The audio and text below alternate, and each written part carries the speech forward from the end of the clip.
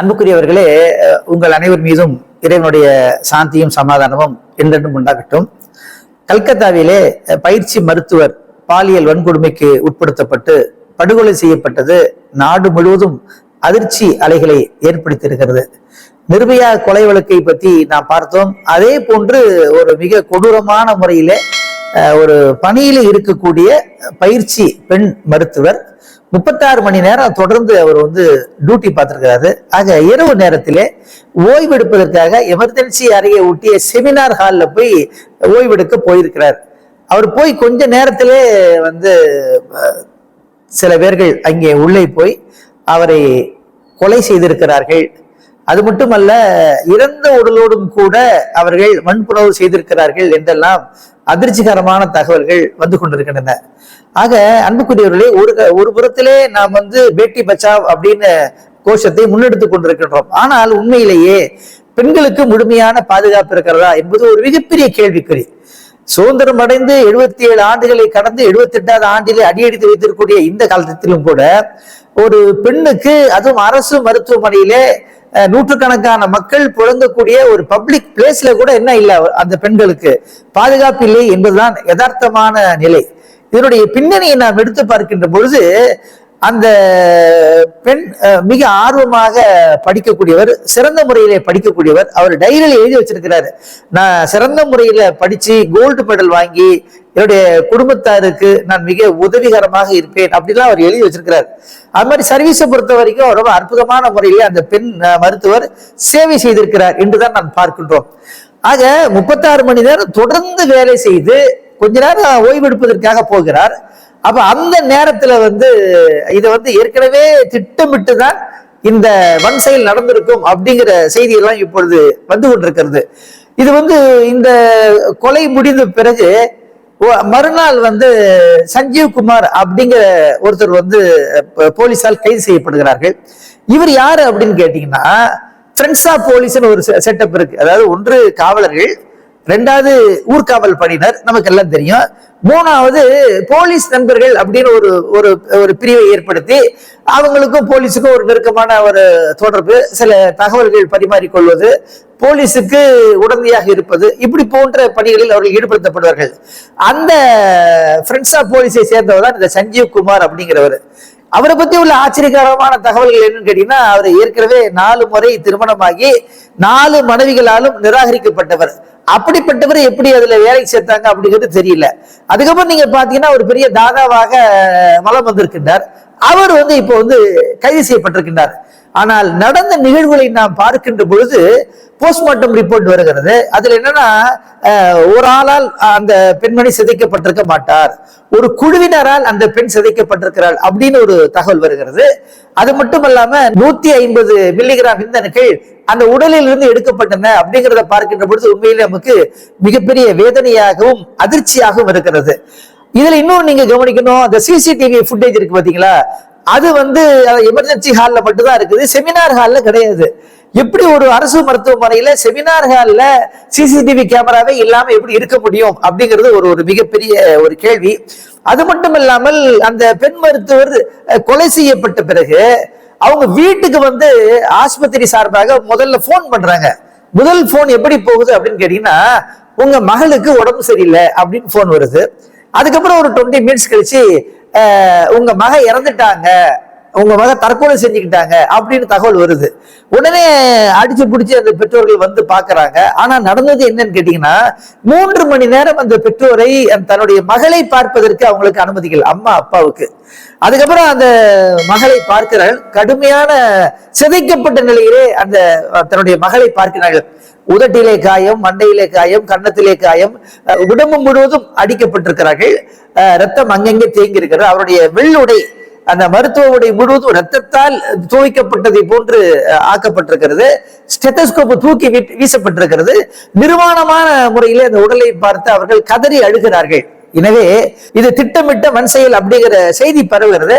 உடனே பயிற்சி மருத்துவர்கள் எல்லாரும் ஆர்ப்பாட்டத்தில் ஈடுபடுகின்றார்கள். இதுல இன்னொன்னு கவனிக்க வேண்டியதுன்னு கேட்டீங்கன்னா, அந்த மறுநாள் என்ன பண்றாங்கன்னா, கிட்டத்தட்ட 5000க்கு மேற்பட்ட கும்பல் அந்த மருத்துவமனையை சூறையாடுகிறார்கள். ஏன்னா ஏற்கனவே அங்க பயிற்சி மருத்துவர் எல்லோரும் வேலை நிறுத்தம் செய்கின்றார்கள், நீதி வேண்டும் அப்படின்னு கேட்கிறாங்க, போராட்டம் நடத்துறாங்க. ஆக இந்த கும்பல் என்ன பண்றாங்கன்னா அந்த மாணவர்களையும் தாக்குகிறார்கள், அந்த ஆஸ்பத்திரியும் தாக்குகிறார்கள். அப்ப அவர்களுடைய நோக்கத்தை நம்மால் புரிந்து கொள்ள முடிகிறது. என்னன்னு கேட்டீங்கன்னா, இருக்கிற தடைகள் எல்லாம் அழித்து விட வேண்டும். குறிப்பா அந்த அறையை தாக்குறாங்க, அங்க இருக்கக்கூடிய பர்னிச்சரை உடைக்கிறாங்க, அங்க இருக்கக்கூடிய டியூப்லைட், ஃபேன், பெஞ்ச் எல்லாத்தையுமே உடைத்து தகர்க்கிறார்கள். அப்படின்னா அவங்களுடைய உள்நோக்கம் என்ன? அவ எந்த விதமான தடையும் கிடைக்கக்கூடாது அப்படிங்கிற நோக்கத்தில் அது செய்யப்பட்டிருக்கிறதா அப்படின்னு ஒரு கேள்வி வருகிறது. இவ்வளவு பெரிய வன்முறை கும்பல் வருகின்ற பொழுது எப்படி போலீஸ்காரங்களுக்கு தெரியாம இருக்கும்? எப்படி மாநில அரசு இதற்கு அனுமதி கொடுத்திருக்கோம்? அதுக்கு எப்படி உளவுத்துறைக்கு எப்படி தெரியாம இருக்கும்? ஏன் இதை கண்ட்ரோல் பண்ணல அப்படிங்கிற ஒரு கேள்வி வருது. ஆக இவற்றையெல்லாம் இன்னைக்கு அடுக்கடுக்காக வந்து கொண்டிருக்கிறது. ஆனால் இதுவரைக்கும் நீதி கிடைக்கவில்லை. இந்தியா முழுவதும் பயிற்சி மருத்துவர்கள் இதற்கான போராட்டத்தில் ஈடுபட்டிருக்கின்றார்கள். இப்போ நம்ம ஊர்லாம் பாத்தீங்கன்னா 8 மணி நேரம் 12 மணி நேரம் டாக்டருங்க வேலை செய்வாங்க. ஆனா மேற்கு வங்கத்தில் எந்த அளவுக்கு, வடநாட்டுல எந்த அளவுக்கு நிலைமை இருக்குன்னு கேட்டீங்கன்னா 36 மணி நேரம் தொடர்ந்து பணி செய்யக்கூடிய மன அழுத்தத்திற்கு அவர்கள் உள்ளாக்கப்படுகின்றார்கள், நிர்பந்திக்கப்படுகின்றார்கள். ஆக அந்த பெண் மருத்துவரை கடுமையான முறையிலே சிதைத்திருக்கிறார்கள் அப்படின்னு நமக்கு தகவல் வருகிறது. இதுல முக்கியமான ஒரு செய்தி என்னன்னு கேட்டீங்கன்னா, அந்த மருத்துவ கல்லூரியினுடைய பிரின்சிபல் சஞ்சீவ் கோஷ் அப்படின்னு சொல்லக்கூடியவர் உடனே பதவி விலகிறாரு. அவர் பதவி விலகின 24 மணி நேரத்துக்குள்ள இன்னொரு மருத்துவமனைக்கு அதே பிரின்சிபாலாக அவர் நியமிக்கப்படுகிறார். இவ்வளவு பெரிய குடும்பம் பாருங்க. அப்போ கொஞ்ச நாளைக்காவது என்ன செய்திருக்கலாம், அங்கு விட்டு வச்சிருக்கலாம், அல்லது விசாரணை வளையத்துக்குள் அவரை கொண்டு வர வேண்டும் என்று நிர்பந்தித்திருக்கலாம். ஆனால் உடனடியாக அவர் இன்னொரு மருத்துவமனைக்கு பிரின்சிபாலாக போகிறார் அப்படின்னு வரும்போது எண்ணற்ற கேள்விகள் நமக்கு ஏற்படுகிறது. ஆக இன்றைக்கு மாநில அரசு என்ன பண்ணிருக்குன்னு கேட்டீங்கன்னா, இந்த வழக்கை சிபிஐ கிட்ட ஒப்படைச்சிருக்குது. சிபிஐ தொடர்ந்து 4 நாட்களாக அவரை விசாரித்துக் கொண்டே இருக்கிறார்கள், மணிக்கணக்காக விசாரிக்கிறார்கள். அப்ப சிபிஐ முன்வைத்த கேள்வி என்னன்னு கேட்டீங்கன்னா, முதல்ல நீங்க எதுக்கு அந்த வீட்டுக்கு நீங்க போன் பண்ணி உடம்பு சரியில்லைன்னு சொன்னீங்க? இது ஒண்ணு. ரெண்டாவது என்ன கேட்கிறாங்கன்னா, உங்க மக இறந்து போயிட்டா, தற்கொலை பண்ணிக்கிட்டா அப்படின்னு நீங்க எப்படி சொல்லலாம்? எப்படி அந்த பெண்ணு தற்கொலை என்பது நீங்க முடிவுக்கு வந்தீங்க அப்படின்னு கேட்கறாங்க. இது 2. மூணாவதுன்னு கேட்டீங்கன்னா, அந்த பெற்றோர்களுக்கு 3 மணி நேரம் வரை தன்னுடைய மகளுடைய உடலை பார்க்காமல் அனுமதி மறுக்கப்பட்டு அவங்களை ஏன் காக்க வைக்கப்பட்டீங்க? எதுக்காக அவங்களை வெயிட்டிங்ல வச்சீங்க? அந்த 3 மணி நேரத்தில் நடந்தது என்ன அப்படின்றது சிபிஐ பல்வேறு கேள்விகளை முன்வைத்திருக்கிறது. இதுல பல்வேறு இடங்களிலிருந்து வரக்கூடிய செய்தி அதிர்ச்சலிக்கக்கூடியதாக இருக்கிறது. ஆக இந்த சஞ்சீவ் கோஷ் என்பவர் இப்போ மட்டுமல்ல, ஏற்கனவே முதல்வராக இருந்திருக்கின்றார், மீண்டும் இந்த இடத்துக்கு முதல்வராக வந்திருக்கின்றார். அவர் வந்ததிலிருந்தே பல்வேறு பிரச்சனை, நிர்வாக சம்பந்தமான பிரச்சனை, ஊழல் சம்பந்தமான பிரச்சனை, போதை மருந்து கடத்தல் தொடர்பான பிரச்சனைகள் எல்லாம் இங்கே எழுந்திருப்பதை நான் பார்க்கின்றோம்.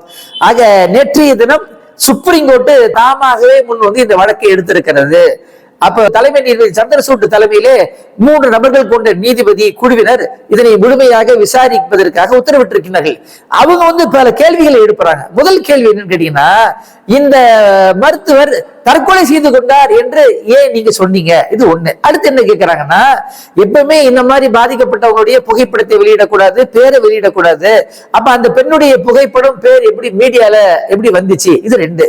மூணாவது, அந்த மருத்துவமனையில ஏன் இவ்வளவு நேரம் வேலை கொடுக்குறீங்க? இதற்கு சிசிடிவி கேமரா இல்லாம ஒரு அரசு மருத்துவமனை இயங்குகிறது அப்படின்லாம் கேள்வி கேட்டிருக்கிறாங்க. அது மட்டுமல்ல, இன்னொரு இந்த இவ்வளவு பெரிய பாதகத்தில் ஒரு நமக்கு ஆறுதல் தரக்கூடிய செய்தி என்னன்னு கேட்டீங்கன்னா, உச்ச நீதிமன்றம் ஒரு குழுவினரை அமைத்திருக்கிறார்கள். அந்த குழு இந்தியா முழுவதும் இந்த ஹாஸ்பிட்டல் நடக்கக்கூடிய அந்த பிரச்சனைகள், அதுல அவங்களுக்கு ஏற்படக்கூடிய சிக்கல்கள், அந்த பயிற்சி மருத்துவருக்கான பாதுகாப்பின்மை, இதெல்லாம் சரி செய்யணும்னா என்ன செய்யணும் அப்படிங்கறத உடனடியாக 2 வாரத்துக்குள்ள பரிந்துரை கொடுங்க. அது மட்டுமல்ல, நிரந்தர தீர்வுக்காக 2-3 மாதத்துல நீங்க எங்களுக்கு ஒரு அறிக்கை கொடுங்க அப்படின்னு உச்ச நீதிமன்றம் அறிவித்திருக்கிறது.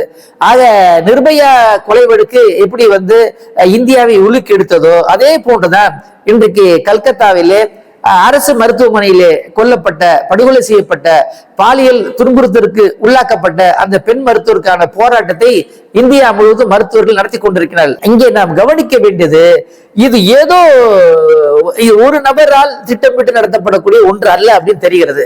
நிச்சயமாக அந்த கல்லூரியினுடைய முதல்வர் சஞ்சய் கோஷ் அவர்களுக்கு இதிலே தொடர்பு இருக்கும் அப்படிங்கிற ஒரு நிலையை நோக்கிதான் வடக்கினுடைய போக்கு நகர்ந்து கொண்டிருக்கிறது. ஆக எது எப்படி இருந்தாலும் இது போன்ற வன் செயல்கள் தடுத்து நிறுத்தப்பட வேண்டும். அது எந்த அரசாக இருக்கட்டும், மத்திய அரசாக இருக்கட்டும், மாநில அரசாக இருக்கட்டும், இந்த குற்றவாளிகள் கண்டுபிடித்து சட்டத்திற்கு முன்பாக நிறுத்தப்பட வேண்டும்.